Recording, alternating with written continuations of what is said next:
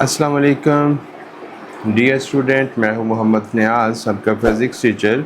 तो आज हम चैप्टर नंबर 14 जो कि सेकंड चैप्टर है सेकंड ईयर फ़िज़िक्स का, उसके हम एमसीक्यू जो एक्सरसाइज के एमसीक्यूज़ हैं उनको हम डिस्कस करेंगे।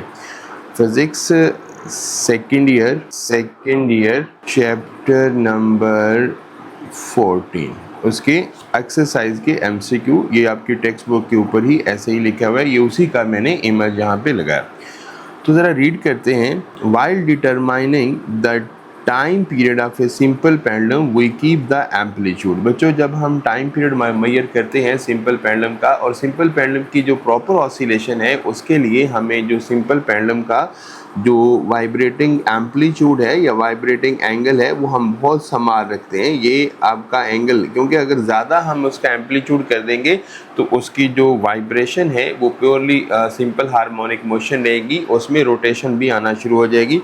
तो लिहाजा जो करेक्ट ऑप्शन बनता है वो एम्पलीट्यूड को हम संभाल रखते हैं।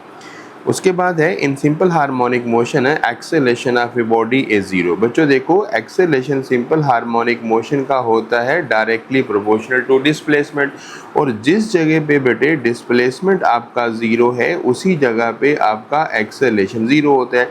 तो डिस्प्लेसमेंट ज़ीरो कहाँ पे होता है? ऑब्वियसली मीन पोजीशन के ऊपर। तो वहाँ पे क्या लिखा हुआ है? हम लिखेंगे कि displacement is zero, acceleration is also zero होगा। तो ये इसका करेक्ट ऑप्शन है। आगे लिखा हुआ है कि if a tunnel is a board through the centre of earth and stone is dropped into it. यानी कि बच्चे, अगर एक टनल जो है वो ज़मीन के सेंटर से हम गुजार दें तो और उसके अंदर एक पत्थर फेंकें तो वो उसका मोशन कैसे होगा, ये ज़रा इसकी डायग्राम को देखें। ये बच्चे एक अर्थ है, यानी कि ये एमसीक्यू नंबर आपके पास है 14.3। 14.3 ये एमसीक्यू है, इसको ज़रा देखें। कहते हैं बच्चे, ये हमारे पास अर्थ है और अर्थ के अंदर यहाँ पे हमने एक टनल बना दी है, यानी कि एक इसमें से हम चीज़ जो है वो फेंकेंगे, ये इसमें हमने टनल बना दी। अब बच्चों देखो, जैसे ही हम यहाँ पे पत्थर फेंकेंगे तो पत्थर ग्रेविटी की वजह से ज़मीन के सेंटर की तरफ जाएगा, लेकिन जैसे ही पत्थर सेंटर पे पहुँचेगा तो सेंटर के ऊपर जाके बेटे ग्रेविटी ज़ीरो हो जाती है। तो ग्रेविटेशनल फोर्स ज़ीरो, यानी कि सेंटर के ऊपर उसे कोई फोर्स रोकने वाली नहीं है। लेकिन क्योंकि ऑब्जेक्ट बेटे एक फास्ट वेलोसिटी से आ रहा है, लिहाजा सेंटर के में उसकी वेलोसिटी क्या होगी? मैक्सिमम, क्योंकि यहाँ पे कोई फोर्स रोकने वाली तो है नहीं ड्यू टू इनर्शिया, और ये जाएगा ज़मीन के दूसरे कॉर्नर की तरफ, दूसरे एंड की तरफ, और दूर जाते जाते ग्रेविटी से फिर वापस खींचेगी, और दूर जाते जाते यहाँ पे इस एक्सट्रीम पोजीशन पे जाके फिर बेटे उसकी वेलोसिटी कितनी हो जाएगी? ज़ीरो। जैसे ही वेलोसिटी ज़ीरो होगी ग्रेविटी इसे फिर वापस खींच लेगी और ये वापस फिर सेंटर की तरफ भागना शुरू हो जाएगा, और यहाँ पे जाके ग्रेविटी ज़ीरो लेकर यहाँ पे रुकेगा नहीं और फिर दूसरे एंड की तरफ जाएगा, और एंड पे जाके वेलोसिटी ज़ीरो फिर वापस। यानी कि बेसिकली ये बच्चे जो आपका स्टोन है वो मुसलसल इस तरह से मूव करता रहेगा। यहाँ पे पहले ज़मीन की तरफ आ रहा है, यहाँ पे उसमें ग्रेविटी फोर्स ज़ीरो होती है, लेकिन इनर्शिया की वजह से रुकेगा नहीं, दूसरे एंड की तरफ ऐसा ऐसा ऐसा एंड के ऊपर जाके उसकी वेलोसिटी फिर ज़ीरो, और ग्रेविटी दोबारा उसे वापस खींच लेगी, और फिर वो इधर जाएगा सरफेस पे, और सरफेस से दोबारा ग्रेविटी। तो मुसलसल ये क्या करेगा? ये इस सेंटर के गिर्द बैक एंड फोर्थ मूव करेगा, और बैक एंड फोर्थ मोशन को हम क्या बोलते हैं? सिंपल हार्मोनिक मोशन के। यानी कि अगर हम एक टनल बना दें, ये क्या लिखा बच्चे कि अगर हम एक ऐसा टनल बना दें सेंटर ज़मीन, जो कि ज़मीन के सेंटर से पास करेगा, तो उसके अंदर अगर कोई भी हम चीज़ फेंकेंगे तो वो सिंपल हार्मोनिक मोशन परफॉर्म करेगा। यानी कि टनल के तेज़ी से जाएगा, सेंटर से गुजर के दूसरे साइड के ऊपर, यहाँ पे वेलोसिटी ज़ीरो, फिर वापस, और फिर इसी तरह तेज़ी से गुजर जाएगा, यहाँ पे जाएगा और फिर वापस। तो सिंपल हार्मोनिक मोशन परफॉर्म करता रहेगा।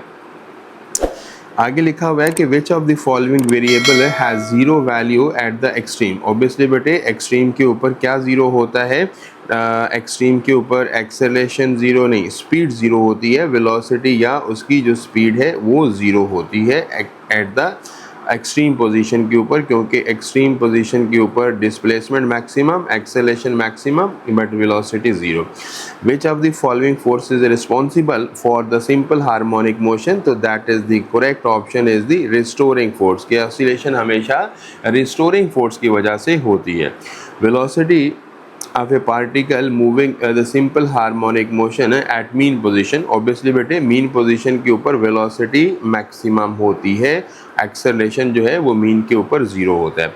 A child swinging on a swing in a sitting position, एक बच्चा बेटे sitting position पे बैठा हुआ है, stand up, वो खुद खड़ा हो जाता है। then the time period of a suppose बेटे ये मैंने एक इसकी डायग्राम बनाई।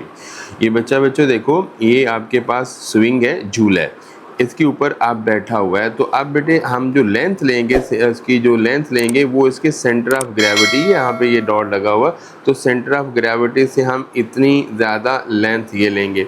जैसे ही बच्चा स्टैंड हो जाता है, देखो पहले उसका सेंटर ऑफ ग्रेविटी यहाँ पे आ रहा था, अब उसका बच्चा खड़ा हो गया तो उसका सेंटर ऑफ ग्रेविटी इधर चला गया।